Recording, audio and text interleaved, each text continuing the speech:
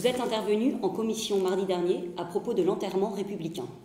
Oui, j'ai eu l'étonnement de voir que l'on nous proposait comme proposition de loi un enterrement républicain.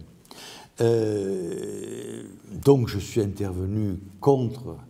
cet élément-là parce que les maires ont pour souci la gestion des municipalités et non pas la gestion des morts. Et que ce domaine-là, normalement, fait partie du religieux et non pas du politique et non pas de la gestion. Donc je suis intervenu là-dessus. J'ai déposé, je crois, une trentaine d'amendements, dont certains sont comiques, oui,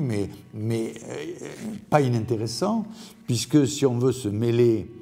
si la République veut se mêler au décès, à la mort, eh bien elle doit battre sa coulpe, puisque lors de la Révolution, son attitude vis-à-vis des morts n'a pas été exemplaire, puisque le nombre de tombeaux détruits d'anciens rois de notre pays était important et était symbolique de la philosophie qui animait la Révolution.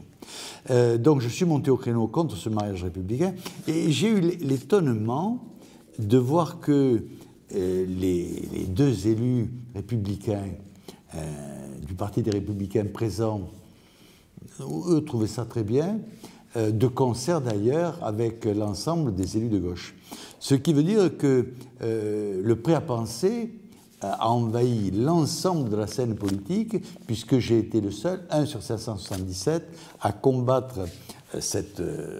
chose extrêmement étrange que la République s'immisce dans les enterrements et dans les décès. Alors c'est vrai qu'en d'autres temps, l'État s'était immiscé dans le baptême, puisqu'ils avaient fait un baptême républicain qui a été abandonné, sauf chez certaines mairies un peu étranges. Hein, et il est bien évident que là aussi, le baptême républicain est quelque chose de tout à fait étrange, parce que le baptême, c'est quelque chose de religieux, et que normalement, la République, hormis la première qui avait des vocations religieuses, puisqu'elle voulait instaurer le culte de l'être suprême, hormis celle-là, les autres ont abandonné le religieux, mais on est un petit peu étonné que la fin de la cinquième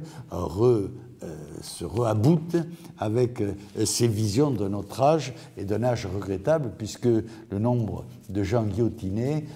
parce qu'ils ne pensaient pas comme le prêt à penser d'époque, était extrêmement important et signe une époque extrêmement noire de notre histoire.